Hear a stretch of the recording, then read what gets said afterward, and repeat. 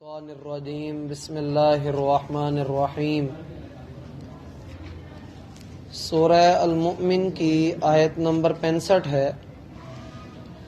اللہ تعالی کا فرمان ہے هو الحی، وہ ہمیشہ سے زندہ ہے۔ اس کا دوسرا ترجمہ اہل علم نے کیا ہے کہ وہی ہمیشہ سے زندہ ہے۔ لا الہ، نہیں کوئی معبود، الا ہو، مگر وہی، فادعوہ، لہذا تم پکارو اسی کو،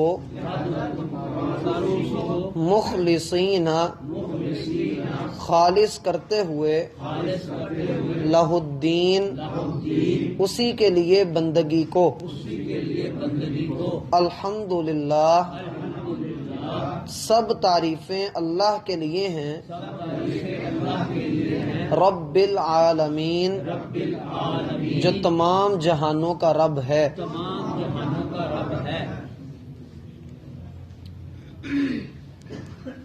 احباب ذی وقار، پچھلی آیات میں اللہ تعالی نے اپنی ربوبیت کے حوالے سے بعض ایسی نشانیوں کی طرف اشارہ کیا جن کا مشاہدہ ہم اپنی روز مرہ کی زندگی میں کرتے رہتے ہیں۔ رات کا آنا اور دن کا آنا، پھر یہ کہ رات اور دن میں اللہ کی وہ نعمتیں جن کا انسان بہت شدت کے ساتھ طلبگار ہوتا ہے، پھر یہ کہ اللہ تعالی انسان کے لیے اس زمین کو روک کر تھام کر رکھتا ہے، آسمان کو اس نے چھت بنایا ہے اور پاکیزہ چیزوں کا رزق عطا کیا ہے، خوبصورت شکلیں عطا کی ہیں۔ تو یہ ہے اللہ، جس کے علاوہ کوئی معبود برحق نہیں ہے۔ اگر بندگی ہے تو فقط اسی کی شان کے لائق ہے، اگر کسی کے آگے جھکنا ہے تو فقط یہ اسی کا حق ہے کہ اس کے سامنے بندہ عبودیت اختیار کرے، غلامی اختیار کرے۔ ایک جگہ پر اللہ تعالی ارشاد فرماتے ہیں، الم تروا ان اللہ سخر لکم ما فی السماوات وما فی الارض واسبغ علیکم نعمہ ظاہرۃ وباطنہ۔ لوگوں، کیا تم نے غور نہیں کیا کہ زمین و آسمان میں جو کچھ ہے سارے کا سارا اللہ نے تمہارے لیے مسخر کر دیا ہے، سارے کا سارا تمہارے قابو میں دے دیا ہے۔ وَأَسْبَغَ عَلَيْكُمْ نِعَمَهُ ظَاهِرَةً وَبَاطِنَةً، اور اس نے اپنی ہر طرح کی نعمتیں، خواہ وہ نظر آتی ہیں خواہ وہ نظر نہیں آتی، اس نے پوری طرح سے تم تک پہنچا دی ہیں۔ اس نے اپنی طرف سے کوئی تھوڑ نہیں رکھی، کوئی کسر نہیں اس نے چھوڑی، تمہیں نوازنے میں، تمہیں عطا کرنے میں، اپنا کرم تمہارے اوپر اتارنے میں اس نے کوئی کسر نہیں چھوڑی۔ اس نے پوری طرح سے رحمتوں کا وافر حصہ تمہیں عطا کر دیا ہے۔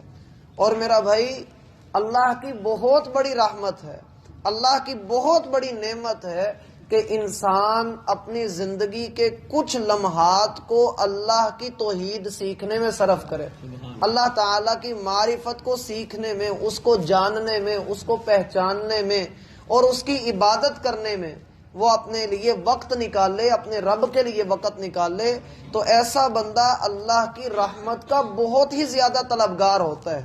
اس کی ایک ہی دعا ہوتی ہے کہ اے اللہ مجھے اپنی رحمت کا حصہ عطا کر دے، مجھے اپنی رحمت کا وافر حصہ دے دے۔ میں اس بات کا طلبگار ہوں کہ تیری رحمت کا ذریعہ ہوگا تو ہی میں تجھے راضی کر سکوں گا۔ اے اللہ، میں تجھے راضی کرنا چاہتا ہوں اور تیرا طلبگار ہوں۔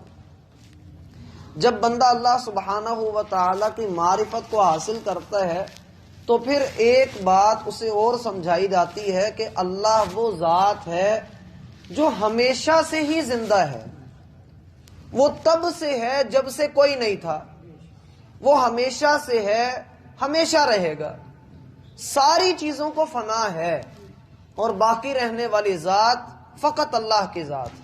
الحی کا ایک ترجمہ یہ کیا جاتا ہے، الحی اللہ تعالیٰ کا نام ہے اور یہ صفاتی نام ہے، اللہ تعالیٰ کی صفت ہے، اور صفت بھی ایسی ہے کہ جو دنیا کی کسی مخلوق کے اندر نہیں پائی جاتی۔ اللہ ہمیشہ سے ہے، ہمیشہ رہے گا، وہ جیسے چاہے، جس طرح سے چاہے، جس کو جتنی چاہے زندگی عطا کر دے۔ الحی کا دوسرا معنی ہے کہ وہ زندگی عطا کرنے والا ہے، جس کو چاہے غربت کی زندگی دے دے، جس کو چاہے امیری کی خوشحالی کی زندگی عطا کر دے۔ هو الحی، وہی اکیلا ہے جو زندگیاں بخشنے والا ہے، زندگیاں عطا کرنے والا ہے، اور خود بھی وہ زندہ و قائم ہے۔ اللہ لا الہ الا هو الحی القیوم، اللہ وہ ذات ہے کہ جس کے علاوہ کوئی معبود برحق نہیں، اور وہ کیا ہے؟ الحی، ہمیشہ سے زندہ ہے، ہمیشہ سے ہے، زندگیاں عطا کرنے والا ہے۔ وہ چاہے تو بے جان اشیاء میں سے زندگی کے راز نکال دے، وہ زندگیاں نصیب کر دے، اور چاہے تو زندوں میں سے بے جان کو پیدا کر دے، یہ اس کے اختیار میں ہے، وہ جیسے چاہے عطا کر دے۔ رات کو موت کی علامت سمجھا جاتا ہے، خوف کی علامت سمجھا جاتا ہے، اور دن کو اجالے کے ساتھ، روشنی کے ساتھ، زندگی کے ساتھ تعبیر کیا جاتا ہے۔ اللہ تعالیٰ نے پچھلی آیات کے اندر یہ باتیں یوں ہی بیان نہیں کی، یہ بتلانے کے لیے بیان کی ہیں کہ جو اللہ رات کے اندھیرے کو پھاڑ کر اس پر دن کی سفید چادر لہرا دیتا ہے، اس کو چھا دیتا ہے، اللہ اس بات پر قادر ہے کہ اللہ دنیا کے اندر شرک کے، ظلم کے اندھیروں کو ختم کر کے اپنے دین کی روشنی کو روشن کر دے۔ یریدون لیطفئوا نور اللہ بافواہہم واللہ متم نورہ ولو کرہ الکافرون، کافر چاہتے ہیں کہ اپنے منہ سے پھونکے مار مار کر اللہ کے دین کی روشنی کو بجھا دے۔ واللہ متم نوری، جبکہ اللہ تو اپنے نور کو پورا کرنے کا ارادہ کر چکا ہے۔ اللہ کا ارادہ یہ ہے، اللہ کی چاہت یہ ہے کہ دین غالب ہو جائے۔ ولو کرہ الکافرون، اب خواہ کافروں کو برا لگے، کافر اس دین کے تابع ہوں یا نہ ہوں، اللہ رب العالمین کے ارادے کو کوئی چیلنج نہیں کر سکتا۔ هو الحی، وہ زندہ ہے، زندگیاں عطا کرنے والا ہے، اور کس طرح سے وہ زندگیاں عطا کرتا ہے ہمیں اس بات کا علم نہیں دیا گیا۔ ہمیں صرف اتنا سا علم ہے کہ کسی بھی جاندار میں روح ہوتی ہے تو وہ زندہ ہے، چلتا پھرتا ہے۔ اگر اس میں روح نہیں ہے تو پھر وہ چلتا پھرتا بھی نہیں، وہ زندہ بھی نہیں، وہ تو مردہ ہے۔ لیکن اللہ تعالیٰ قرآن میں فرماتے ہیں وَالصُّبْحِ إِذَا تَنَفَّسَ، صبح بھی ایک ایسی اللہ کی مخلوق ہے، دن صبح جو ہے وہ ایک ایسی اللہ کی مخلوق ہے کہ صبح بھی سانس لیتی ہے۔ اب کس طرح سے لیتی ہے اللہ ہی جانتا ہے۔ لوگوں نے پوچھا وَيَسْأَلُونَكَ عَنِ الرُّوحِ قُلِ الرُّوحُ مِنْ أَمْرِ رَبِّي، لوگ کہتے ہیں کہ روح کیا ہے، روح کیا چیز ہے؟ آپ کہہ دیجئے کہ روح امر ربی ہے، اللہ کا حکم ہے۔ وَمَا أُوتِيتُم مِّنَ الْعِلْمِ إِلَّا قَلِيلًا، تمہیں تو بہت تھوڑا علم اللہ نے دیا ہے۔ انسان جس علم کو لے کر یہ سمجھتا ہے، اہل علم کہا کرتے تھے کہ علم کے 3 درجے ہیں۔ پہلے درجے میں انسان سیکھتا ہے، دوسرے درجے میں سیکھ سیکھ کر متکبر ہو جاتا ہے کہ میں بڑا سیکھ چکا ہوں، بڑا غرور اس میں آ جاتا ہے، گھمنڈ آ جاتا ہے کہ میرے پاس علم ہے، جو بات میں نے کہہ دی بس وہی برحق ہے۔ اور تیسرا درجہ ہوتا ہے کہ بندہ اس بات کو علم حاصل کرنے کے بعد جان لے کہ مجھے کچھ علم نہیں ہے، اور یہی حقیقی عالم ہے۔ اہل علم کہا کرتے تھے کہ جو اس بات کو علم حاصل کرنے کے بعد پوری زندگی اپنی اس میں لگا دینے کے بعد یہ کہے اور جان لے کہ مجھے کچھ نہیں پتا، حقیقی عالم یہ ہے۔ اور فرمایا کہ اللہ تعالی نے روح کو جو بھی زندگی کی علامت اس کو بنایا ہے، ہم اس کو نہیں جانتے، اس کا علم اللہ تعالیٰ کے پاس۔ اللہ جیسے چاہتا ہے روح کو نکال لیتا ہے، جیسے چاہتا ہے اللہ تعالیٰ اس کو لے جاتا ہے۔ جب کوئی بندہ فوت ہوتا ہے تو اس کی روح اس کے پاؤں کی جانب سے نکالی جاتی ہے۔ کیوں نکالی جاتی ہے؟ اس لیے نکالی جاتی ہے کہ بندہ اپنی آنکھوں سے اس منظر کو دیکھ رہا ہوتا ہے۔ حدیث میں آتا ہے کہ تم اس کی آنکھوں کو بند کر دیا کرو، مردے کی آنکھوں کو جب اس کی جان نکل چکے وہ فوت ہو جائے تو اس کی آنکھوں کو بند کر دو. کیوں؟ کیونکہ آنکھ روح کا پیچھا کر رہی ہوتی ہے، دیکھ رہی ہوتی ہے کہ یہ کہاں پر گئی ہے. هو الحی لا الہ الا ہو، وہی اللہ ہے جو ہمیشہ سے زندہ ہے اور زندگیاں عطا کرنے والا ہے. لا الہ الا ہو، اس کے علاوہ کوئی معبود برحق نہیں. یہاں یہ بات سمجھ لیجئے کہ اللہ تعالی نے اپنی اس صفت کے ساتھ سو کالڈ کلمے کو ذکر کیا ہے. لا الہ الا ہو، مشہور کلمہ لا الہ الا اللہ، اللہ نے وہ یہاں پر ذکر کیا ہے. کیا اس کے اندر کیا پیچ ہو سکتا ہے کہ اللہ تعالیٰ نے کیوں اس کو یہاں پر ذکر کیا؟ ایک طرف اپنی ربوبیت کی دلیل ہے، ساتھ ہی اپنی الوہیت کی دعوت دے دی کہ الہ بھی مجھے ہی مانو. زندگیاں اگر میں دینے والا ہوں تو پھر الہ بھی مجھے مانو. اس کی وجہ یہ ہے کہ کائنات میں کوئی آج تک ایسا نہیں جس نے کسی کو کوئی زندگی عطا کی ہو. زندگی اللہ دیتا ہے، ڈاکٹر صرف دوائی دیتا ہے، آپریشن کرتا ہے، بائی پاس کر دیتا ہے، ٹرانسپلانٹ کر دے گا، سب کچھ کر دے گا، لیکن اس کو چالو کرنا رب ذوالجلال کا کام. زندگی اس نے عطا کرنی ہے. ایک تو ہے یہ معنی. دوسرا معنی یہ ہے کہ جب وہ رب مردہ زمین کو زندگی عطا کر دیتا ہے، فصلیں اس میں سے نکلتی ہیں، تو اسی رب نے تمہیں دین کی زندگی بخشی ہے. اس دین کے تابع ہو کر لا الہ الا ہو، اس کو ایک الہ مانو.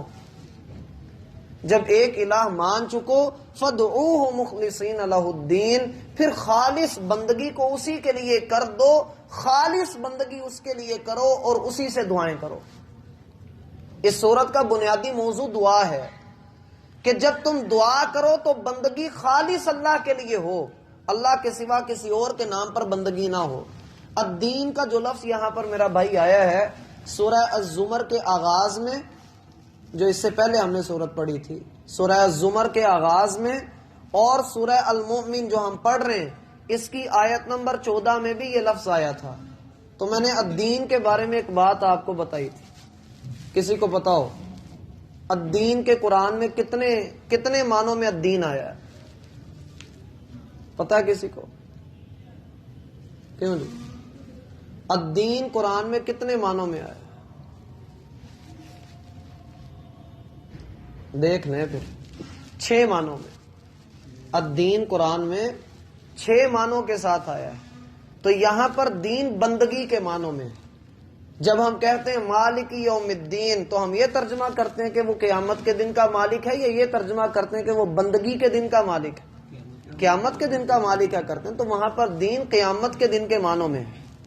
سمجھ آتی ہے بات کی؟ اسی طرح سے یوسف علیہ الصلاۃ والسلام کے پاس جو تھا وہ کیا تھا؟ ما کان فی دین الملک، دین الملک، بادشاہ کے دین میں یہ بات تھی کہ جو چوری کرتا پکڑا جائے گا وہ بادشاہ کا غلام ہوگا.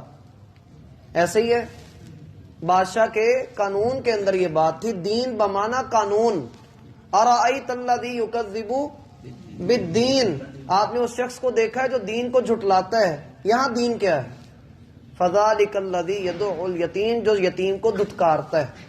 دین بمانا یہاں پر اللہ تعالی کی اطاعت. تو دین قرآن میں کتنے معنوں میں استعمال ہوا ہے؟ 6 معنوں میں. اس بات کو ذہن میں رکھیے گا. یہاں کس معنوں میں ہے؟ بندگی کے معنوں میں. فدعوہ مخلصین لہ الدین. بھئی غصہ تو نہیں کرتے جب سوال ہوتا ہے؟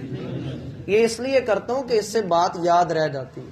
فدعوہ مخلصین لہ الدین، اسی کو تم پکارو خالص بندگی کو اسی کے لیے کرتے ہوئے.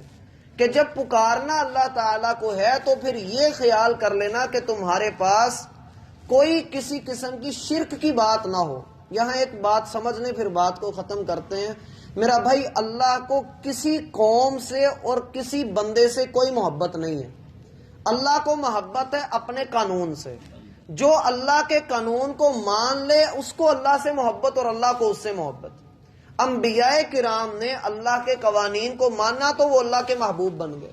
اللہ تعالیٰ نے ایک جگہ پر 17 نبیوں کے نام لیے ہیں. کتنے نبیوں کے؟ 17 نبیوں کے اللہ نے نام لیے ہیں 7ویں پارے میں. ان 17 نبیوں کے نام لینے کے بعد اللہ فرماتے ہیں وَمِنْ آبَائِهِمْ وَأَزْوَاجِهِمْ وَذُرِّيَّاتِهِمْ، ہم نے ان نبیوں کے باپ، ان کی اولادیں، ان کی بیویاں، یہ بھی بڑے نیک تھے. یعنی ان نبیوں کے خاندان بھی نیک تھے. وَلَوْ أَشْرَكُوا لَحَبِطَ عَنْهُمْ مَا كَانُوا يَعْمَلُونَ. اگر وہ نبی بھی شرک کا ارتکاب کرتے تو ان کی نیکیاں بھی برباد ہو جاتی. اللہ کو محبت ہے اپنے قانون سے، اس لیے جب بندہ اس چیز کو پڑھتا ہے تو بے ساختہ زبان سے شکر کا کلمہ نکلتا ہے کہ اللہ تیرا شکر ہے تو نے توحید کی نعمت عطا کی. الحمدللہ رب العالمین. سب تعریفیں اس اللہ کے لیے جو تمام جہانوں کا رب ہے. اس کی تفسیر بہت مرتبہ ہم نے پڑھی ہوئی ہے، تو کل انشاءاللہ اس ٹکڑے کی تفسیر آپ سب مل کر